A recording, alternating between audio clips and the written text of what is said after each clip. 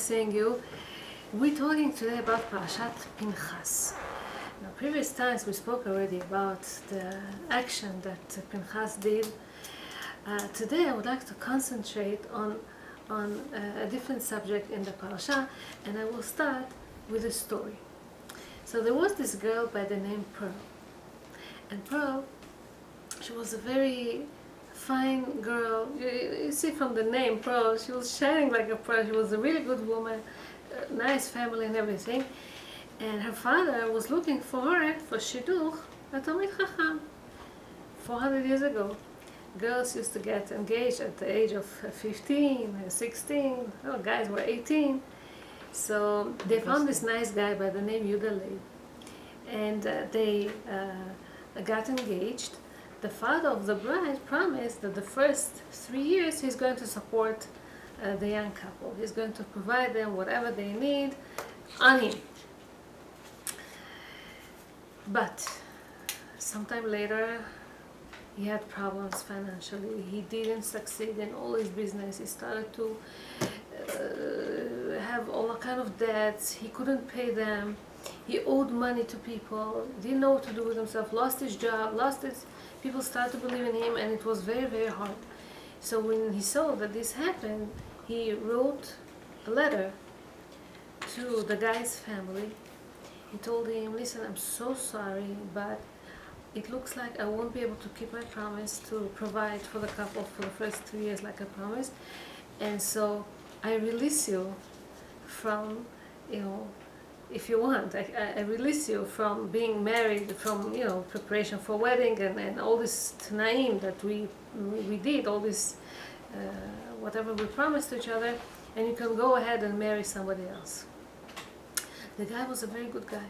Right away he writes him a letter and he tells him, "I'm so sorry to hear what happened, and I wish you all the best. I know Yeshuat Hashem Keraf Ein, everything will be better. You just have to have the hope and the faith. Everything will turn out okay, don't worry. From my side," he tells him, I will wait patiently, and hopefully Hashem will help." When the girl Pearl, she read this letter, she got very emotional, and she saw that, and she still prayed that it will work out somehow, because she felt that he's a good guy. So when she saw that her parents cannot provide, she decided to help her parents. She had a hobby. She liked very much to bake. So she started baking and selling her goods to people, and people would buy. So when she saw that she succeeded, she rented a small place. She made it a bakery, and she started to sell her goods, and she started to sell it to people, and people bought, and it was a very busy bakery. People liked it very much. This is how she used to work, and it was just for living. Now, no, not so much for savings, just for living, helping her parents. Time passed.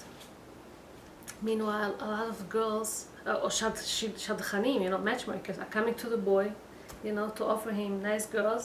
And he is into learning. He's not interested. He really wants to sit and learn Torah and become a gadol b'Torah.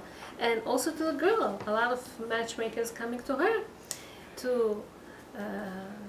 offer her all kind of shidduchim she doesn't want to hear. 10 years passed like that. Wow. It's easy to say. 10 years passed like that. One day something interesting happened. The father was devastated, of course, her father. He was upset. He was sad. He felt that his daughter sits home and she's not getting married, and it's all because of him. He felt sorry for her. And she keeps telling him, "Don't worry, Daddy, everything will be okay. I know that Hashem will turn it, to the best in the right time. So don't worry, don't worry." She was always happy. She was always, smiling, grinning to everyone. She wasn't sad, upset, depressed or anything. One day, a group of, I don't know if it was soldiers or horsemen, passed through the town, through the street where she had her bakery. Now one of the soldiers, he was so hungry, he didn't eat for the past 3 days already.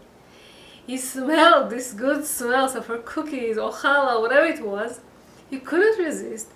He took his sword or his spear, he stuck it into one of the baking goods and took and rode off. And the girl, Pearl, she's calling after him, hey, this is not how a soldier, how an officer, how a gentleman acts. You have to pay for it.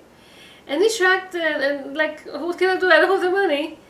But then after a second he came back, he apologized, he says, I'm sorry, I don't have the money. I'll give you what I have. He threw to her, he had a cover of his saddle, he threw an old thing that had nothing to do with this. And she took it. Well, what she's going to do with this old thing? She brings it to her store, and all of a sudden it was folded. All of a sudden the folds open, and a lot of gold coins came out from there. A lot of what? Gold coins. She runs to her father. Daddy, what should I do? Look what happened.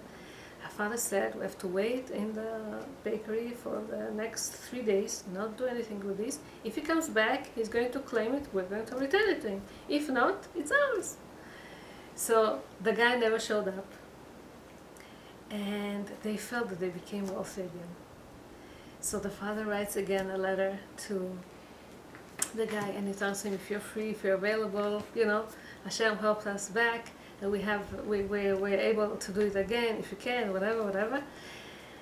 The guy was very happy. They met and they got married, and they said that he became the Maharal of Prague, very, very prominent rabbi, big rabbi, and all because he believed, of course, he had a lot of Yirat Shamayim and he had a lot of faith, but she also believed. She never let the despair let her come, make her feel down or upset or sad or frustrated or we like to complain about everything. Why Hashem doesn't do the things the way that I want?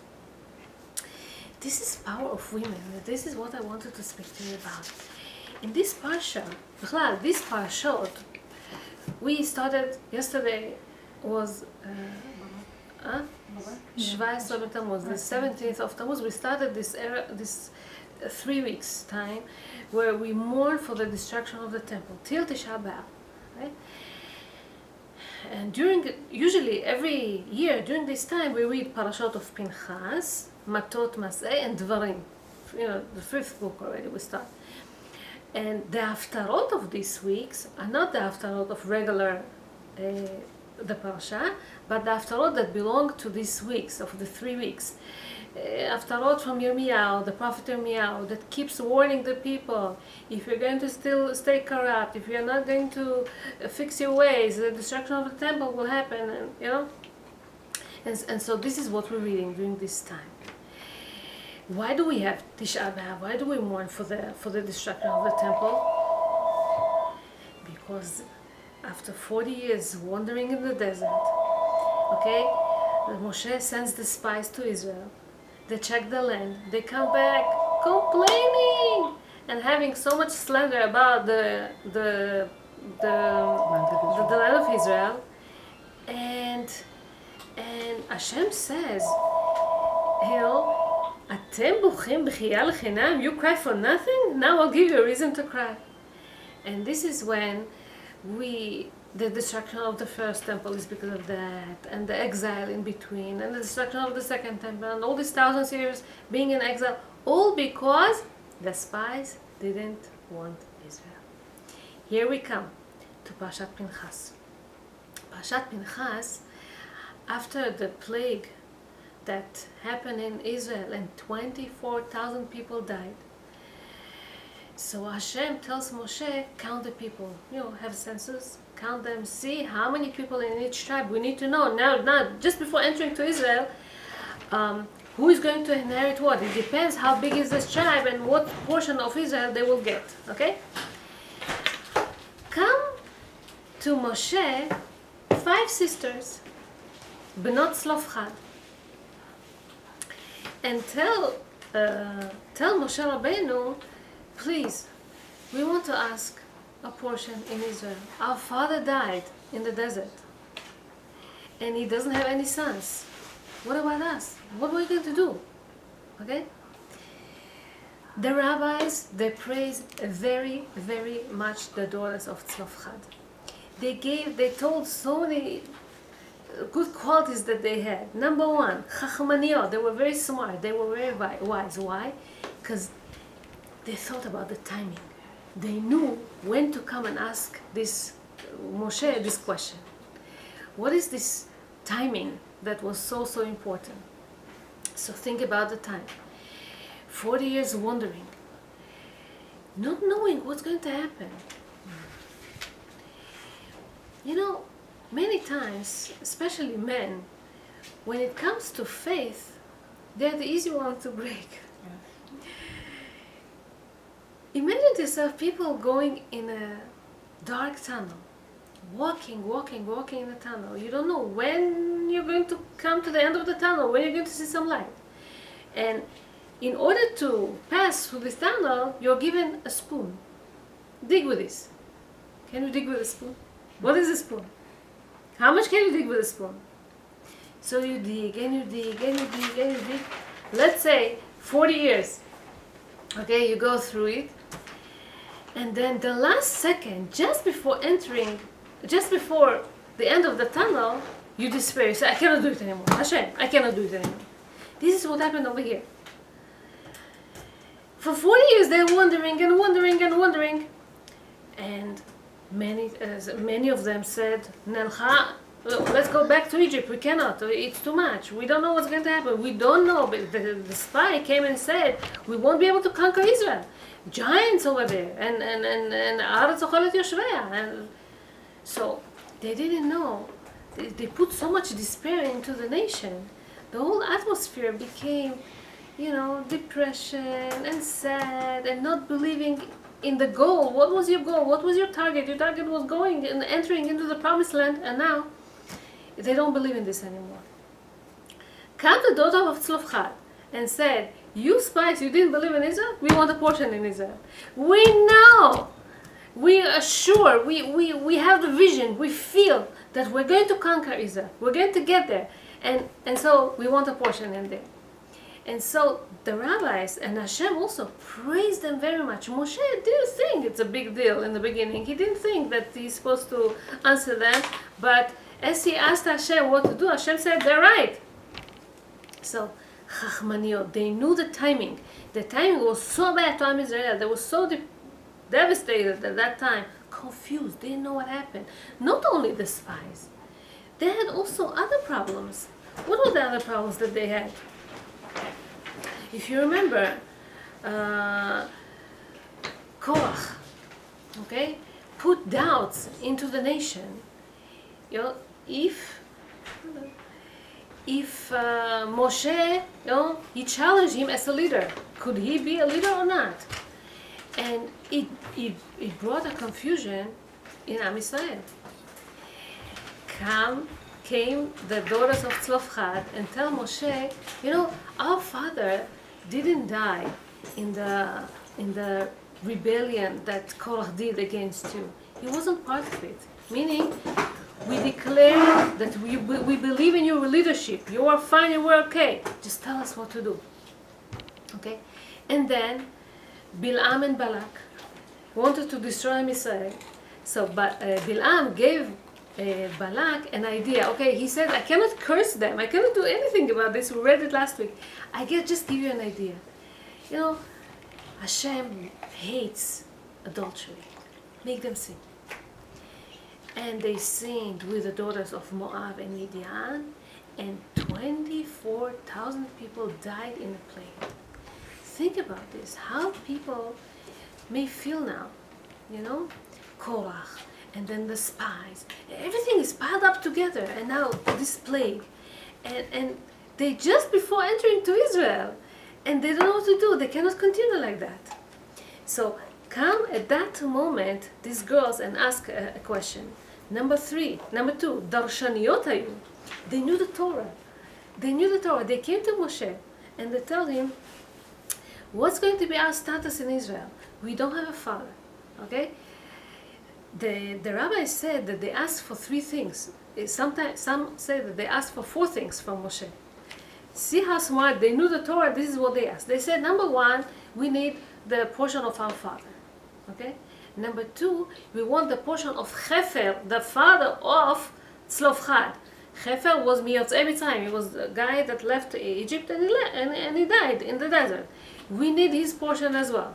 Then we need the brothers portion, because if not, who would it go to? And then they asked even more, and Hashem said that they were all right, and they gave him everything. Number 3, tzadkaniot hayu. They were righteous women. It says that they didn't get married in a young age because they were waiting for their bashet for a long time. They wanted a righteous guy to get married to, and this is what it speaks about these girls. So see about what they were doing. They were trying to bring a new spirit to the nation at the time of a despair. Each and one of us, we have a lot of power. We could affect people. We could influence people, even if we don't pay attention. Even if we don't know what we're doing, okay? Each and one of us, we do a lot. I'll tell you a story about Shimon. Shimon, he not only that we have a lot of power to affect people. Sometimes I spoke to you about you getting there and you're stuck there and you don't know if you can continue and you despair. So Shimon was this guy that from some reason he always owed money to people. Always he had to pay debt to people, and he takes loans from one and gives to the other one. He gives whatever he owes him, and then he has to take more loans from people constantly, all the time. He heard from his mom that her mother she has a brother, lives overseas somewhere. He's in Israel. The brother lives overseas in America or somewhere, and he's probably wealthy, but he had no connection to him. So what, he's going to ask him for a loan? Oh, he has no connection to him. What can he do? He's not religious. He doesn't know anything about it. So he just had his number. Sometime later, his mother passed away, so this is when he found opportunity to call her brother. He told him that his sister just passed away and he would like to come for the levaya, for the shiva, for this. So the brother told him, listen, I have nothing to do with Judaism, and I'm sorry I cannot come. But it's good, I need to get your name and your phone and your address, so that in case that something happens to me, okay, you will be a benefactor of my will, don't worry, because I have no family. Wow. Okay. So he didn't come. And many years afterwards, he didn't hear anything of him. He said to himself, probably he was insane when he spoke with me. What do you remember? I have nothing to do. Probably he's going to give me everything. And then he said to himself, maybe he doesn't remember. Maybe he didn't take back down my land. Maybe he already passed away. Maybe they didn't know how to reach me. All kind of things. Years passed. So he didn't know if they ever will call him or not. But then one day he did get this phone call that his uncle passed away, and he should come and take care of his estate. Fine. He buys a ticket, goes to that hospital where he passed away, and there's a lot of things to do. He needs to find him a Jewish burial. He needs to do that, make sure that he buys him a grave. He needs to do a lot of things. He needs to buy a stone. He needs to buy that. And he needs to go and check later on also what happens with the will. Where's the will? How can he claim his money? Or what? Is he rich? Is he not? There's a lot of doubts, a lot of questions. So he gets there. First of all, he's taking care of his body and burial and Kaddish and Azkarot and all this. Then he's looking for, he had a key and he had an address in his clothing. So where is this house? He goes to the old neighborhood and a worthless hut, you can call it, not even a house. He says, this is where my uncle lived, and I thought he's a rich man. How can I go back to Israel? I promised so much money to all the people that I owe money to them. Well, what should I do now? Anyway, he's doing what he has to do. He gets to the house. He's looking for valuables. He didn't see any valuables. He sat down in the couch and he fell asleep. He wakes up from a shuttering of one of the windows. a figure was trying to get into the house. Oh, wow. He saw that there's somebody in the house, so he ran away. He says, somebody tries to break into the house. What's in here? The house is so balagan, old thing, old furniture, everything is nothing special. So he says to himself, I have to go and find out what does this person have. Maybe he has something, maybe. He goes around to ask people who knows anything about him. He goes to the bank, he goes to the laundromat, he goes to the supermarket owner, he goes, where would this person can go? To the park, he goes to ask people. The laundromat guy told him that once he saw a picture of him, of this old man, he had an empty lot, a huge empty lot, that later on he heard that he built himself a huge skyscraper in the next town. So he is probably very, very wealthy. They don't know anything, but he assumes, rumors. Okay, he's trying to get more info. He goes to the bank. In the bank, they tell him, I'll tell you his bank account. It's the last pension, a few $1,000s, nothing. So what is it? Where did that come from? And he goes back to the house. He saw that somebody wasn't there. Somebody made a whole big mess. They were trying to look for something. Again, smugglers or thieves or whatever. And he said to himself, why do people try to break in? What's in here? Again, and then he said, okay, let me search the house. He found the will. He found the will. The will tells him that his bank account is there and he can take it and it's all his. Okay? Fine, he's happy about this, but what should he do exactly? What? Again, he leaves the house to speak to this. Again, he sees people come in. People came in. He says, if people are breaking into the house, he came to this realization, probably there's something here. I should really check what's in here. He tries to check inch by inch the house to see if there's a loose tiles or something. I don't know. And then he found in one of the corners behind the oven, there was some kind of a rusted handle that was kind of crooked. He tries to pull it, opening to a very hidden safe. He had a safe. He opened the safe and a lot of bills and a lot of pieces of gold and diamonds in all kinds of shapes and whatever. He says, fine, well, Hashem, I found. He was almost about he wanted to sell this plot and just go with a few $1,000s and that's it. So he was waiting, he was persisting, he was trying, he didn't despair. And that's what happens when people, when people don't despair. So, we're speaking about daughters of Tzelofchad. You see, the rabbis say that the Jewish male in the desert, okay, they despaired. Not only in the desert, even in Mitzrayim. If you think about this, Miriam Neviah, what was Miriam Neviah? Was telling people, come on, have children, believe in the future. They believe that this is the end of the nation. That's it. They cannot do anything, and because of the hardship and the hard work and everything, they didn't want to continue the family. No continuity, no nothing. Come Miriam Neviah and tells her father, no, you have to work, you have to strive. Hashem, Paro, he had a degree only on the girls, he also on the boys, he also on the girls, whatever. She revived the nation. She made them think about the future. And this is when it continues to the desert. In the desert, we see that the biggest sin that was in the desert was Egel HaZahav, the golden calf. Aaron tells to push them off. He tells them, okay, give me the jewelry of your wives. He knew that they would not like to give the jewelry so fast, and they didn't want. They didn't want to participate in this sin. Only male did this sin. This is why we know we have Rosh Chodesh for women and whatever. So, and it continued on. Meraglim, the spies, they didn't believe in Israel. The women did believe in Israel.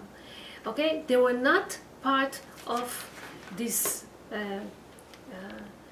losing faith that the male had.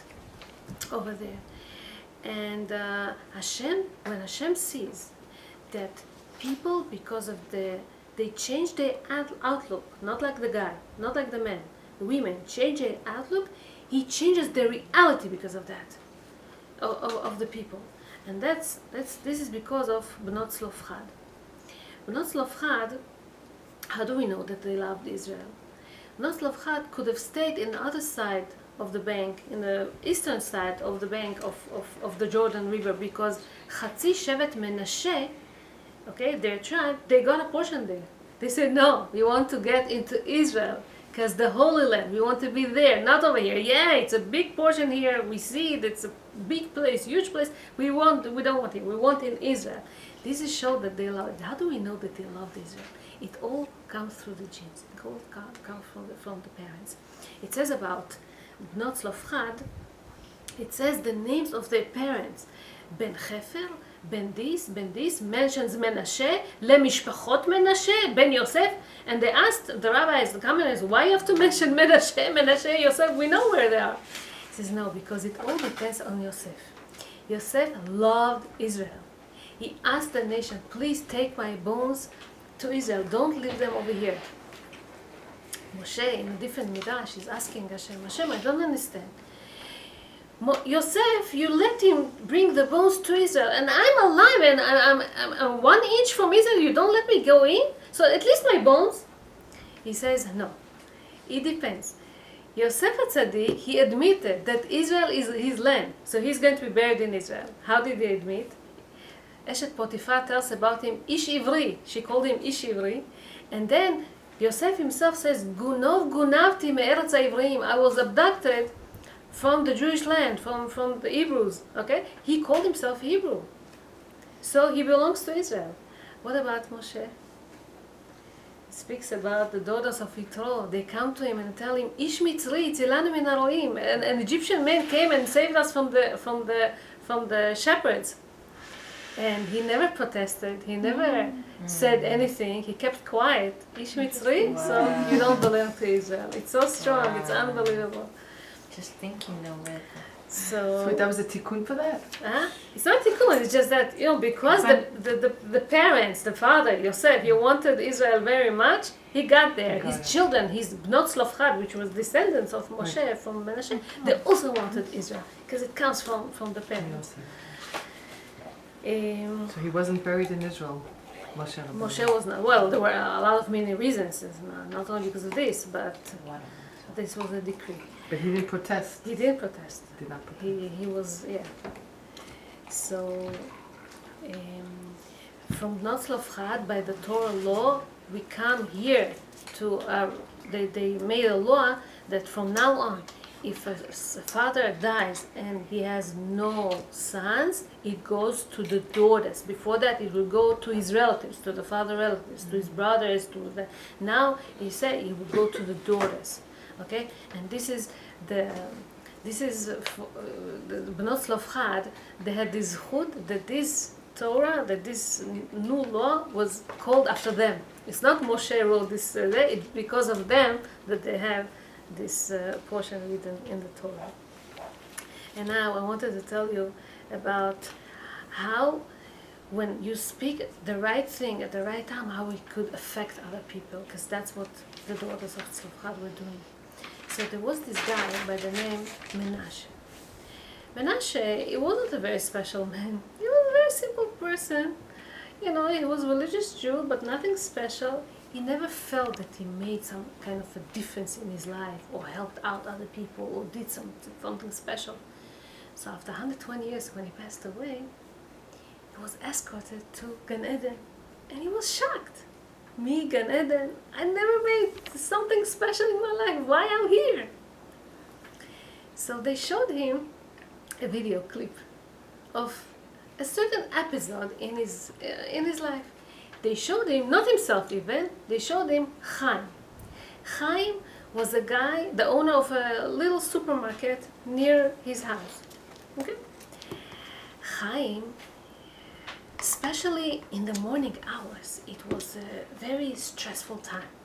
In morning hours, when little kids need to go to school, when people start their work, when people, they need to have fresh, let's say, bread and milk, breakfast and stuff. A lot of people come to his store. People get pushed, people, because of this thing falls and breaks, and he screams, like, hello, be careful. And people may say something because they're stressed out, and he answers them back, and he yells at people, and it's a very, very stressful time. And